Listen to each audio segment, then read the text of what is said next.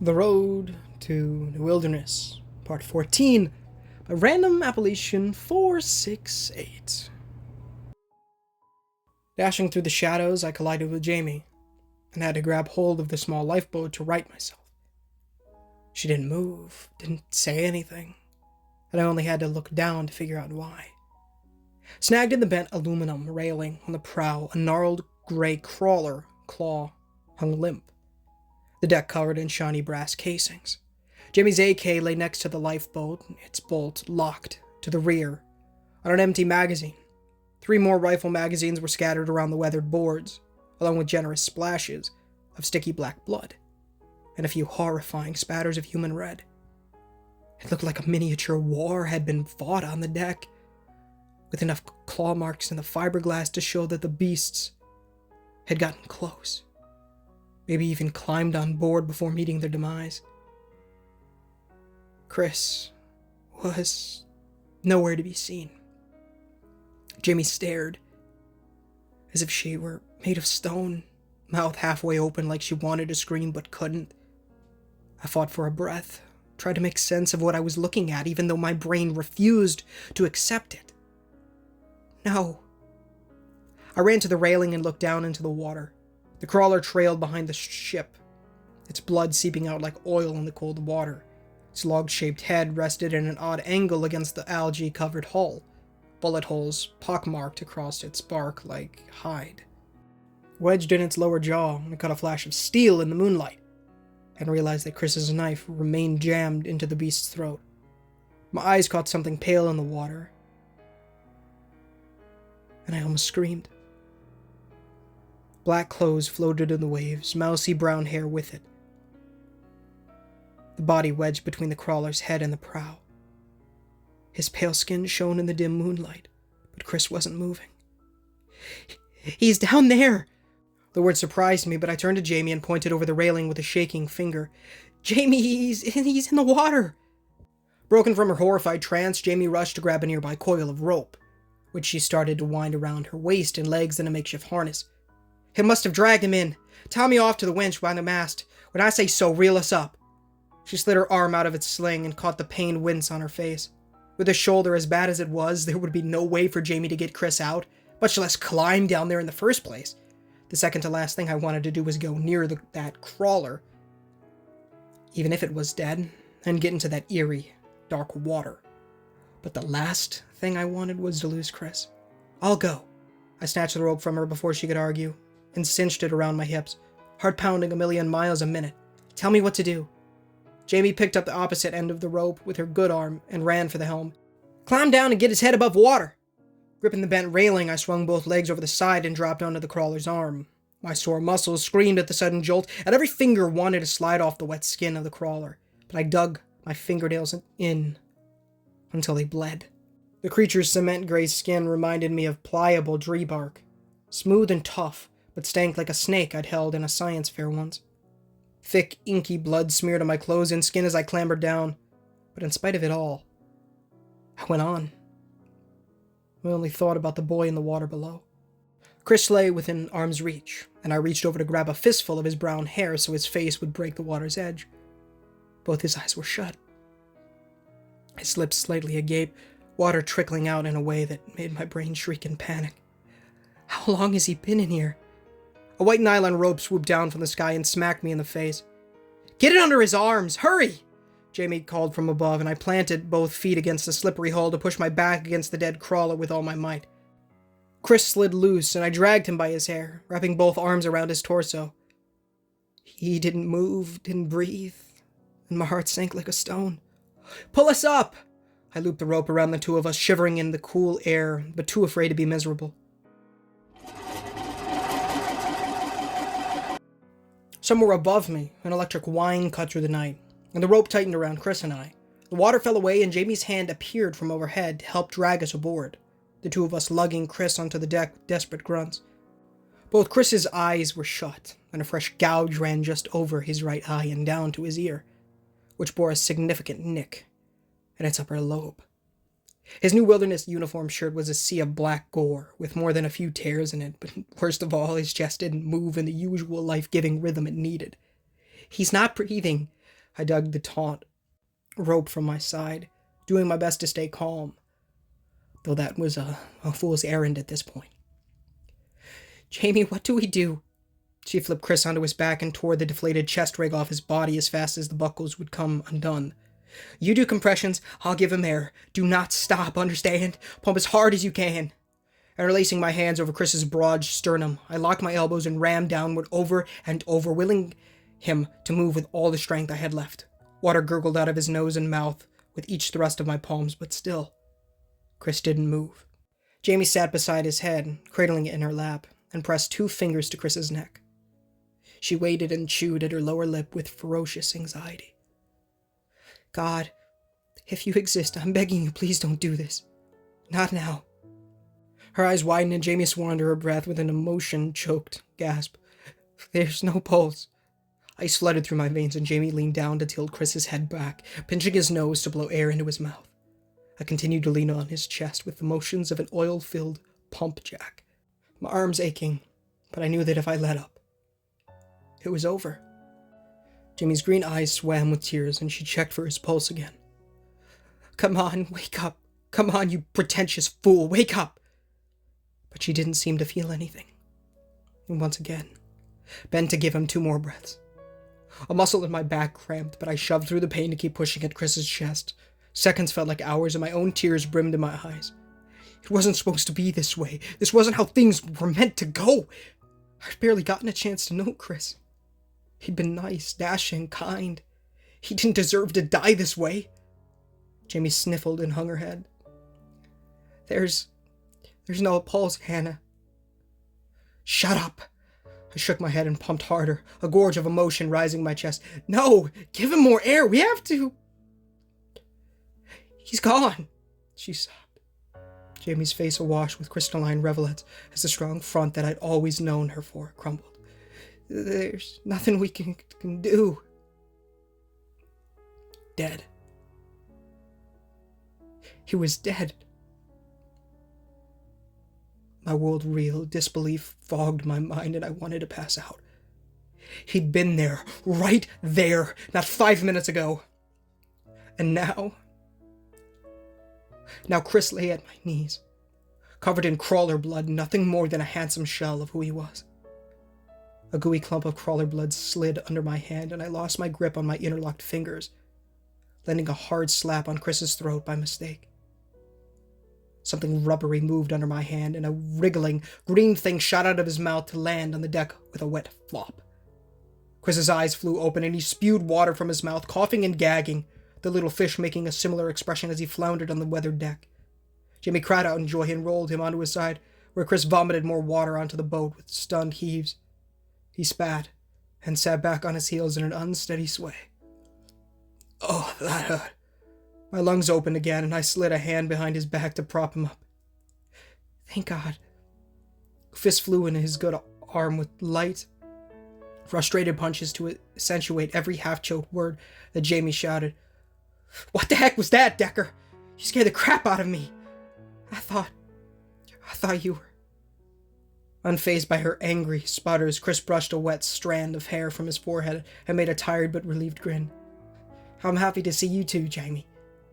Her fire seemed to fade, and Jamie threw her good arm around him in a tight hug. Unable to help my own grin, I tried not to feel disappointed that I wasn't confident enough to do the same. "You okay?" Chris let Jamie go before turning to me, and his gaze took in my attire, the puppet blood on my shirt, the scratches on my skin. "Are you?" "As long as you are." The thought ambushed me and set my ears on fire. How long had I known this boy? Maybe 4 days at most. I technically didn't know him at all, save for a few nice conversations. I was getting ahead of myself, way ahead. After all, I'd never even decided that I liked him. I'd done this before, thought too many rosy thoughts, daydreamed one too many, only to be crushed when it turned out the fantasy guy I'd built up in my head wasn't real. The real-life version didn't even know I existed. But I wanted to think Chris was more than that. After all, he'd saved my life, hadn't he? And I'd saved his. That had to count for something. I pulled my eyes from his and nodded as an excuse to stare at my lap. "Yeah, I'm fine." His sapphire irises lingered on me for a moment, but then they flicked back to Jamie, and Chris raised an inquisitive eyebrow. "Did you call me pretentious?" "No." Jamie got to her feet and walked to retrieve her rifle, the color returning to her cheekbones. "You must have dreamed it, after you tried to swallow that poor little bass." I made a show of looking myself over, a familiar ripple of loneliness snaking through my chest. Jamie and Chris had obviously known each other longer than I'd known either of them. And once again, I felt like the odd one out, even if it was just a friendship. If I could bottle whatever it is that makes me invisible, I'd make a fortune. "Hey." An elbow touched my arm in a gentle bump, and I looked up to find Chris watching me with a warm smile. "Thanks. You know, for back there, I would have been crawler lunch without you." Never in my life had a feeling been so infectious, so contagious, and what of a spark. And my brain lit up to send pleasant shivers through me from head to toe. "Okay, maybe I like him a little." "No problem," I shrugged, my heart thumping with happy beats inside my ribcage, and wrapped both arms around my knees. "So, what now?" As if on cue, the boat vibrated, the engine sputtered, and it all fell silent. Jamie raced to the helm, and from behind the glass of the boat's windshield, I heard her swear as she kicked something in frustration. "You guys want to hear a funny story?" Chris and I eyed each other out of our peripheral vision, and I noted the bitter sarcasm in Jamie's tone. "How bad?"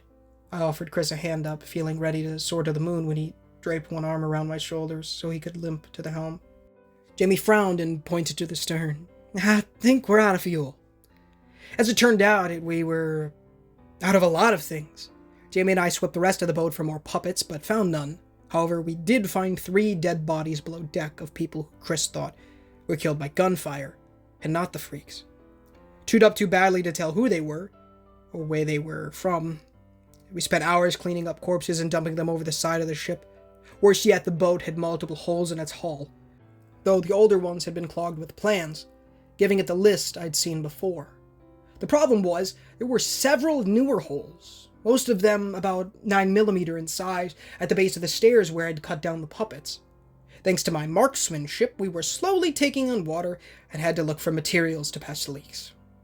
That was when we discovered how few supplies were left on the boat. To be exact, there were none. It was as if the entire vessel had been picked clean of anything that wasn't tied down, and the fuel tank was no exception. Jamie checked over the engine a few times, having helped her cousin with his boat enough to know some mechanical basics, and confirmed we were bone dry on gas. "Someone stripped this boat," she said with Chris and I in the helmsman compartment, the 3 of us in a little shivering circle with our belongings while the ship drifted alone on some unseen current underneath us. "Those sails weren't torn, they were cut right off the mast, by a knife or something else. They even took the anchor, all the mooring ropes, and unscrewed the compass from the control panel." Chris drank some water from his canteen and pointed to the bow, which now sat at a steeper angle than before. "We could take the lifeboat and row along the shore. They missed the oars sewed under it, which means we can keep heading north." Jamie rubbed at her injured shoulder and shook her head. "I don't think it's going to be that simple anymore. Maple Lake was never this big, and it didn't have currents this strong. Look at the land. You can see just how fast we're moving, and the wind is crazy high for this time of year." "Because the lake is getting bigger."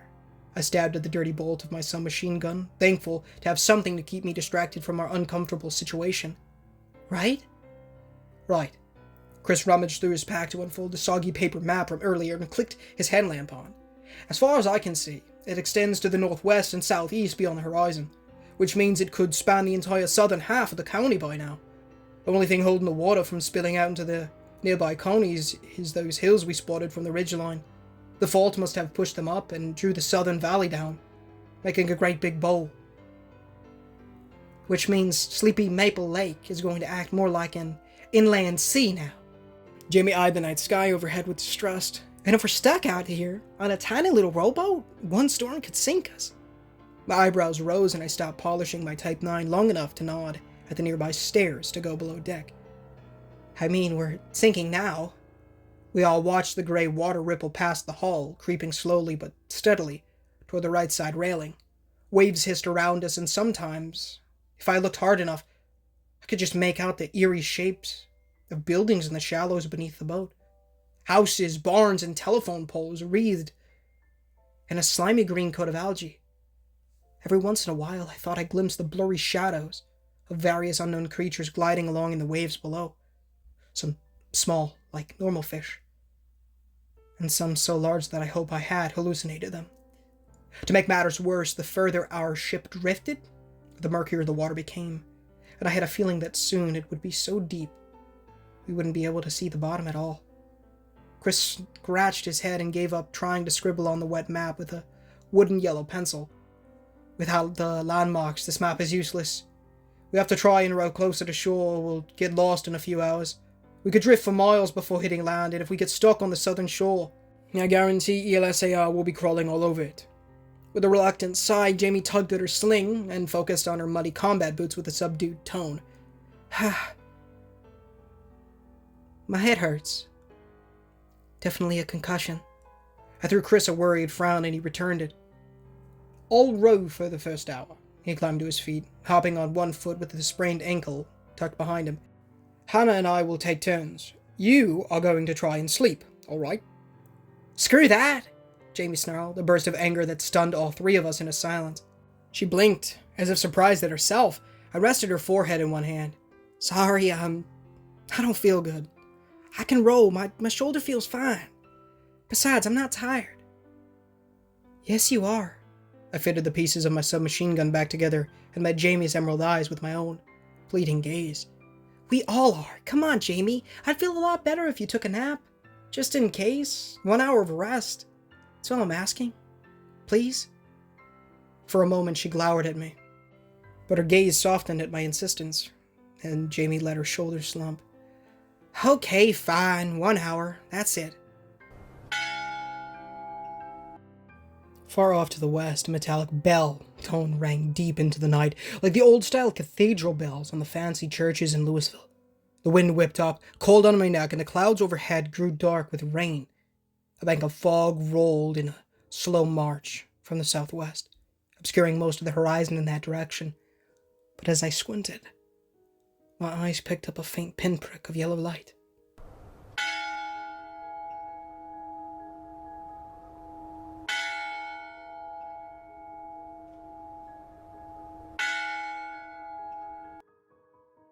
The bell tolled again, and from the gloom, a shadow began to materialize.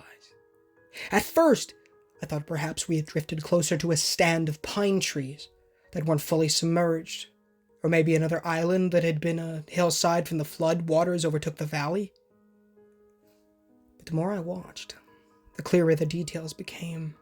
Tall masts held multiple broad white sails that appeared dull blue in the fading moonlight. A sleek wooden hull sliced through the waves with ease, its prow carved to look like a woman holding a trident, and a row of black iron cannons yawned from their square gun ports in the side. Hurried figures darted to and fro on the deck and in the mass of rigging, with muffled calls that echoed across the water to me. Something about it sent a prickle of unease through me, a sensation I couldn't quite put my finger on. A thought struck me like lightning and my heart stopped. My headlamp, along with the others, I stood there with my headlamp on, bright enough for all the world to see. Starboard! Bow! Ahoy! A shrill cry cut through the silence, and half a dozen lights flickered into being, casting long beams in our direction.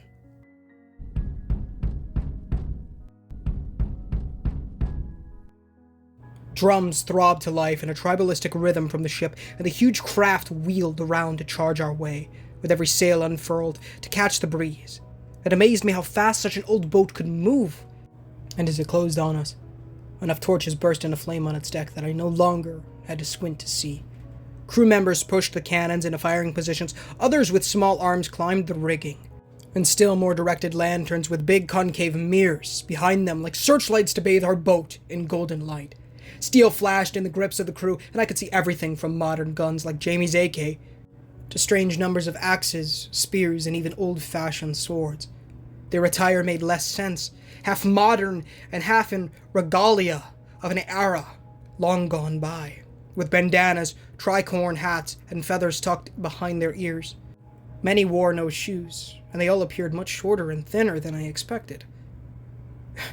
In fact, from where I stood in slack-jawed fascination, a good third of them looked to be junior high kids. A loud raucous cheer went up the instant they caught sight of the three of us, and bullets cracked around my head, forcing me to duck behind the helm. "What the heck is this?" Pointing her pistol over the side, Jamie hugged low to the deck and sprayed bullets at our assailants. Chris crawled up beside her with the rifle, and I jammed one of my few remaining loaded magazines into the Type 9 to join them. More rounds snapped through the mist, chewed at the fiberglass of our boat, and in general flow so thick that I didn't dare stick my head up to try and aim. "I'll cover you! Get to the lifeboat!" Jamie winced as another rifle round tore a hole right next to her head, the sinking boat looking more and more like Swiss cheese by the second.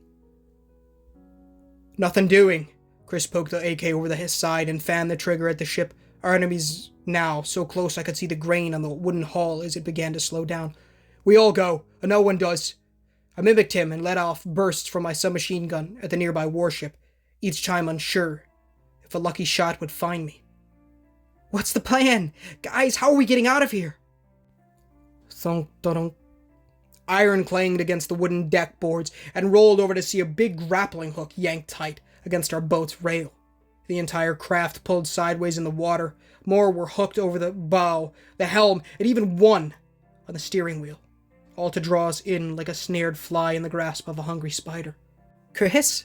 I met his frightened gaze and slid my last magazine into my weapon. "What do we do?" He stared at me, and something in his eyes seemed to break, a dread that pulled all warmth from my bones. "Is that?" "My last one, yeah."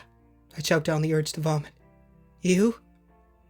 He yanked every single magazine out of the chest rig he wore, all of them falling empty around him. "Mine too." "Jamie?" She cringed at a shotgun blast that took 6 inches of fiberglass off the boat and held up her Beretta. It slide-locked back. "I'm out." Chris squeezed his eyes shut and muttered something under his breath. A prayer or a curse, I didn't know. "Oh no." The rifle slid from his grasp onto the deck, and he raised his hands in the air. "Don't shoot! Don't shoot! We give up!" Horror twisted in my stomach, but I let go of my Type 9 and stood to help prop him up, both arms trembling high in the breeze. Jamie tossed her pistol down and raised her good arm, shielding her eyes from the torchlight directed at our pale faces. Our boat smacked into the hull of the schooner, and several fighters clambered over the side. With a dramatic leap from one of the grapple ropes, a figure landed on the stern not far away. He carried a long, curved sword and wore a broad-brimmed hat with a turkey feather stuck into its silken band. Black leather boots with buckles were fitted to his feet, and a navy blue coat hung around his shoulders with red lapels and gold buttons. He looked young, certainly no older than I was, and yet his expression was as hard as granite. No less than 4 different pistols hung from his belt, 2 black modern ones, a wooden-handled one with the word cult stamped on the side, and an old flintlock that could have come from a museum. A white button-down undershirt hung open around his collarbone to reveal a shark's tooth necklace. A red sash wrapped under his sword belt, and the boy's thin face bore a light stubble that hadn't quite grown in yet. His hair had been tied back in a short tail to keep it from his eyes, which gleamed at us with a wolfish dark malice. Stunned, I had to think just to drag in each stuttery breath, terrified and confused beyond belief. "Rangers, eh?" The pirate cackled, and advanced toward us with his saber at the ready. "Been a while since we caught any of you lot. What a lovely night this is going to be." Hey guys, and thank you so much for listening to today's story. If you did enjoy, please feel free to leave a like, as it does help the channel innumerably and does get the gospel into people's feeds, as well as please consider subscribing, as we are trying to hit 1,000 subs by the end of the year, and it would be a massive blessing for the Lord if you guys did so. Please consider, please read the $1 million question on screen right now, description, pin, comment, all that great stuff, and to teach you how to become born again, go to heaven for real, and not go to hell, by repenting of your sins and trusting in the good Lord Jesus Christ with our immense own strength, and then also to build that relationship with the Lord, reading the Holy Bible daily, pray daily, and evangelize people. Great stuff. Great stuff. Also, please join the Discord. Love to talk to you guys. And if you guys ever wanted, if you guys are big achievement hunters, we do stream here on the channel. If you're big achievement hunters, regardless of what it is, and you notice that I have some games, or you want to throw a game out there that you would like to maybe need some help with or something like that. I never really said this, but, you know, I'm like totally down to play with viewers. If anybody was wanting to, I have in the past. So if you guys want to, and you guys want help with achievements and stuff like that, it doesn't matter what the game is, doesn't matter if you even have the platinum for it, perhaps. If you guys want to do, like if you guys want to play DVD, I'm totally down. I've played with viewers all the time, or a few times on DVD. So you don't know what DVD is? Dead by Daylight, great game, fantastic, love it. Just got the platinum about a month ago. But yeah. So I'm not going to talk too long because I do need to get this out, and I'd like to get another one done. Merry Christmas, people. Today is the 23rd, Christmas Eve, as it's so known to be. Hope you guys are going to have an amazing Christmas. I'm going to try and do a Christmas theme story for Christmas, but no promises. I'm probably going to maybe try and send out a few more if people are doing Christmas stories, a few more asks, but we'll see. I did send one out. Like I've mentioned, it has been quite a while since I've actually asked for stories because I just don't need them right now. I have a lot of stories that I still need to conjure through. There are 2 massive series from 02321, I believe that's his name, that I've not even touched. We have the rest of this one done, or to finish, as well as, you know, there's still apparently 2 more books coming out for Random Appellation. They're not out yet. Hopefully he starts to upload those soon, although I imagine doing 30 stories almost daily maybe took a lot out of him. Maybe it didn't, I don't know, but guys, as someone in the comments said on this post, the Pirate Orphans! Yes, sir! It's good old the guy from We Are the Pirates of Sunbright Orphanage. One of the best stories out of this anthology, in my opinion. One of my favorites. So, yeah. Chris isn't dead. Let's go! Well, now they're in another predicament, but yeah. Awesome stuff. Awesome stuff. But I just want to say Merry Christmas to you guys, even if you don't celebrate. And let me guys know how your Christmases went when obviously they haven't happened yet. But and when you do, you know, I'd love to hear about it. So let me know in the comments. I love you guys. I'll talk to you very, very soon. I am going to end this really quick. I really want to get Astro's Playroom done as well, so maybe I probably won't stream. I actually definitely won't stream tonight, most likely. If I do play video games, which I probably will, it's going to be Pokemon or Fortnite, one of the two. Alright, cut something just there, just because spoilers, but Pokemon spoilers coming up. Okay, here we go. I'd love to catch, get up to 200 to catch Iron Crown and Iron Boulder. Obviously, Scarlet has different ones. Arguably better. I don't think that's really a hot take, honestly. I think it's pretty, Paradox Pokemon for Scarlet have, they definitely have better shinies. That's like, for real.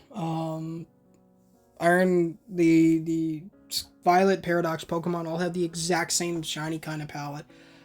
Except for, like, Iron Thorns, which I think arguably is one of the best, and Iron Bundle, I think they have the best ones. I guess Iron Valiant's pretty good, too, but, yeah.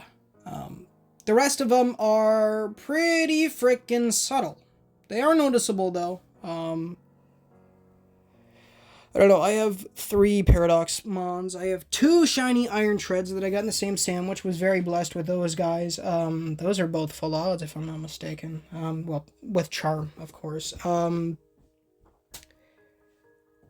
then Iron Bundle that I was super randomly blessed with, and then Iron Jugulus that I went out of my way for, and managed to get quite a few other shinies in the process. So I got Sneasel and 2 shiny Graveards that, of course, I evolved into Houndstone. I was going to say Hound? I don't even know what I was going to say. But yeah, I love you guys. Thank you so much for watching, and I'm going to go get this video going. I hope you enjoyed. I sure did love this story. Yeah. If you haven't, go check out at the beginning. I put a thing to the playlist. We're approaching 100 horror stories here on the channel. So if you haven't seen anything else from the channel, I highly recommend going and taking a look at some of the stories. A lot of them are absolutely, all of them are really absolutely amazing. I think some of my narrations weren't necessarily the best for some of those. But yeah, they're really good nonetheless. The stories are amazing. And if you personally, I mean, I don't know if you guys prefer to read stories, the links for everything are in the description. Same thing with this one, as well as Random Appellations Reddit page, as well as Muse channel link, as well as all the music from this story. Go check Mew out. He's awesome. Yeah. As well as Tamac Plush Videos YouTube channel. That is my brother's YouTube channel. I do make quite a few cameos in there, so if you guys are wanting to see more of me, I don't really upload anything other than horror stories anymore. I do plan to do gaming, but I did come up with, well, the Lord really blessed me with this idea, which essentially was, I seen a short from MatPat a while ago. I probably won't link it in the description, but maybe I will. We'll see. And essentially the short goes like this. He was talking about when you start a YouTube channel. And that whenever he starts a YouTube channel, he starts it off with 5 videos so that there is something to watch. Because it helps YouTube show that this channel is going to go somewhere. And I think that's a great idea. Obviously, I'm not starting any new channels or anything like that. I personally don't think I don't really want to do new channels. At least not yet. And honestly, probably won't. But 5 platinum videos in one day. I think I'm going to end up doing that. It's going to be pretty simple. Like, it's not like DBD is going to be one of them, honestly. It wouldn't be the worst thing if it was. So many hours of footage for that guy. But, like, the Subnautica and then, the first 4 platinums for 30 platinums in 30 days, which I do plan to make a video. It's probably just going to be them all compiled together. But we'll see. So I love you guys. Thank you so much for watching. And I will talk to you all very, very soon. Let me know what you guys have been playing recently in terms of video games. I love horror. What horror game you been playing? I don't know.